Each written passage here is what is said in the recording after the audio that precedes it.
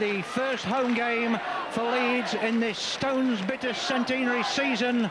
A truncated season, of course, because the Super League starting next March, and so we've got a lot of fixtures to be played in a short space of time, and Warrington certainly know about that in these coming few days.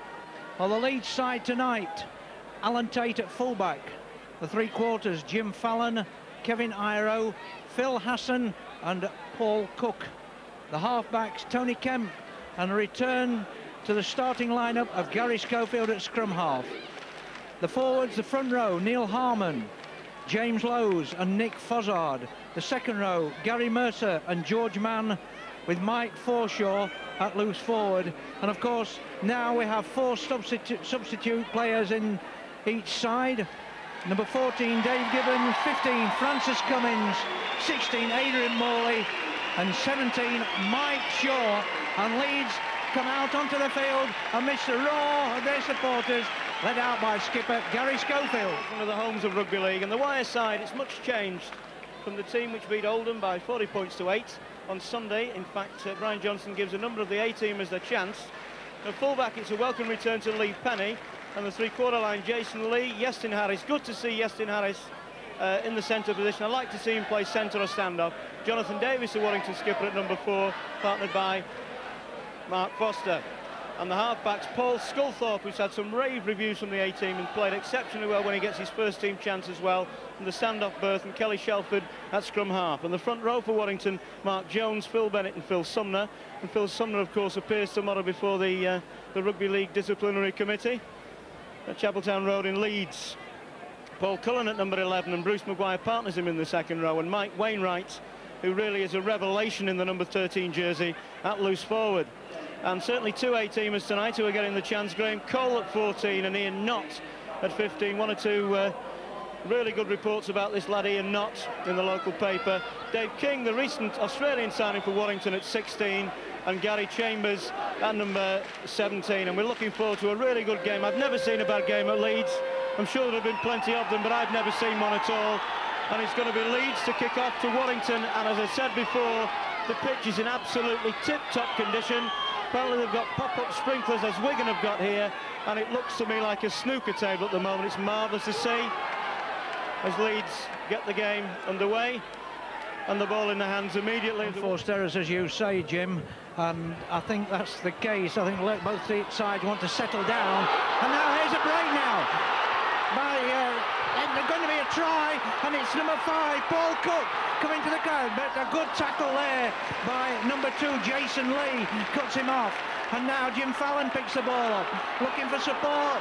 It's there, but he decides to go on his own, and there's a penalty, I think a caught offside. So a chance now for Leeds to put the first points on the board of rugby league. And he makes no mistake with that, right in the middle. So Leeds lead by 2 points to 0. Warrington have made some good yardage forward. Sculthorpe again, moving the ball along. Shelford, a long pass onto Davis. Davis eventually onto Penny. Penny getting the ball away, eventually onto Cullen, onto Mark Foster. Foster going for the corner, is he going to score? The referee right on the spot, and he's given the try. Hard kick for Jonathan Davis, but he's kicked them from here before. Takes the kick now. What a marvellous goal kick by Jonathan Davis. Warrington go into the lead by 6 points to 2. And gets out of a couple of tackles. Bennett onto Paul Cullen. Ball lost.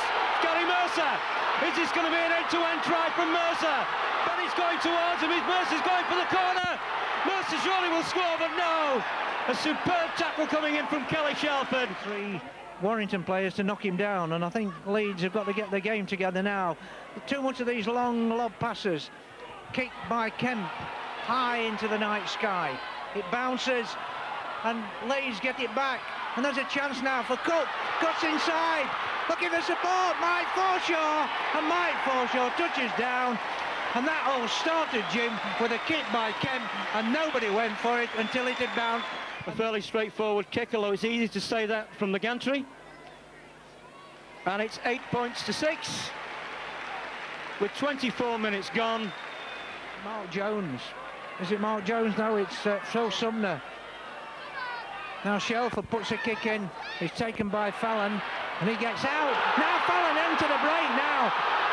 He's got Iro on his outside, but he's not seen him. He's not seen Iro well. No. And Schofield arms out, and Fallon still going. Puts the ball out now to Cook.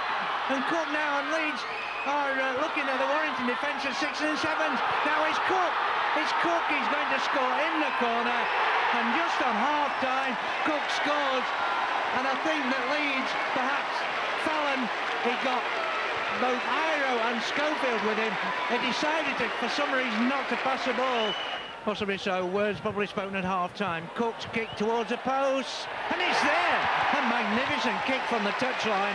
Warrington got the ball, but somehow it went into touch off that Warrington hand. Now Leeds with Kemp. Kemp not made many breaks tonight. Iro down the middle of the field, and then Iro, he's got Kemp with him. He's not going to use him. He's going to use him on the outside. Kemp now to Jamie Loads. James Loads over for the try. And there's a bit of a scuffle there. Just short of the halfway line. The kick that looked a bit forward to me, but Schofield puts a kick in towards the corner. It's not going to run in, either in touch or in touching goal. And Lee Penny picks it up. But he's one of these bright youngsters who Great Britain, and it looks so Leeds. Is there going to be a penalty try there? I'm wondering, or just a penalty? It's a penalty try, and it's been awarded to Gary Schofield. Gary Schofield, somehow. Some players seem to think these kicks are more pressure than the ones from the touchline because they're expected to kick them from in front of the post. Adrian Morley acting half-back. Leeds switch it to the right-hand side with Kemp. No run around. Kemp breaks a tackle. He's got support, but he keeps it himself. Gets it away. It's picked up. Is it by the ever-present? Is it at? Can't see who it is. His number obscured from here. But now it's Schofield again. Tries a long ball, trying to miss out man. Iro to Cook, and Cook just puts the ball down for yet another try. Wind, a beautiful ground. That's going to be a good one, is it? And he's kicked it. So Leeds break the 30 points barrier. Iro not on the score sheet yet. Here comes Shaw. He's trying. He's not on the score sheet, but the way he's buzzing, he's trying hard to get onto it. Gibbons acting halfback. Schofield. You've got Tate. Tate through the gap. Tate scores. And that was simplicity for Leeds, and send the Leeds supporters into raw raptures. Ball on its way. It's there. So Cook. That's another goal. And really, that's been the story of Warrington tonight. They've lost the ball on so many occasions in really good positions. Alan Tate, as I was describing before, running across the field, still trying to get away, gets the ball back onto Iro. Iro this time running straight. Going to be difficult to put to ground. Still going is Kevin Iro. Spins the ball beautifully there. And Iro gets the ball back. Still going Iro, finding it hard to give the ball to give the microphone to Stan here at the moment. As Shaw comes around, still going forward. What a beautiful break! And that certainly deserved a try. And it's going to be Schofield who will score. An absolutely superb try for Leeds. Really made, I think, by crossfield run from Alan Tate, who slipped the ball back into Kevin Iro. It was so difficult to put down. Iro eventually passed the ball inside. A lovely break from Shaw, eventually onto Schofield, who scored about 15 yards to the right of the post. That, to me, is the try of the evening. I think persistence by Iro in that move there kept the ball alive. And I think the Warrington seemed to be frustrated in their efforts to try and get a tackle in whenever it seemed to be pinned back. And their first home victory, of course. 8-6 down at one stage, but they didn't panic, they didn't get flustered, and there goes the hooter. So Leeds win this one, their opening game at Headingley by 40 points to 6. They were leading 14-6 at half-time, but in the second half it was all Leeds. Tries. Schofield got 2 second half tries. Cook got a second one in the second half. Tate a try, and Cook 3 goals. Cook finished up with 6 goals and 2 tries. He, for me, is my man of the match, if only for that. But both teams, a credit to Rugby League. Both sides have played rugby as it should be played. And although Warrington have been by 40.6, they never gave up. But I think they're tired in the engine. I think you're quite right there, son. I think Leeds are deserved winners, particularly second half. A marvellous performance in the second half by Leeds. They really threw the ball around with abandon, and Warrington were chasing shadows, I think, certainly for most of the second half. Having said that, Warrington gave a fairly good account of themselves, particularly in the first 40 minutes, and as Stan said, with 24 minutes gone, we're leading by 8 points to 6. But certainly the best winner of all is Rugby League, because it's been an open game, it's been a very, very fair game. The tackling has been hard, but for the most part fair. And let's also mention the referee, Mr. Campbell, who wasn't too much in evidence tonight. That's always a sign of a good game and a very good referee indeed. A marvellous game here. I've enjoyed commentating with you, Stan. I'm sure it's the first of many commentaries we'll do together. And I'd love to welcome you back to Warrington later on in the season, where we can commentate again. And I hope Warrington turn the tables on Leeds. But a marvellous game tonight here at Headingley on a really superb pitch. The final score, Leeds 40 points, Warrington 6. Paul, a tremendous game for Leeds tonight, and also a tremendous game for you. 6 goals and 2 tries. Yeah, well, like I said, I've just been talking to the Leeds line, and he picked the team yesterday, and he put me on the wing instead of Francis Cummins on the bench. Me and Francis Cummins, best of mates. So he's a great player, he's a great pair of boots to fill. He's a young lad like me. We're both enthusiastic, so we're both going to try and get the game going. So he put me on the wing tonight. I've come on, took it to both fans. All my family's been very supportive. They've rang me up all day when we having a bit of nerves and that. They've all said, take it to both fans, have a great game. Like I did tonight, I come on, scored my first try, and then scored my second try, and then kick the goals. And goals are just bonuses, really. It's better if you score a 6-point try than a 4-point try.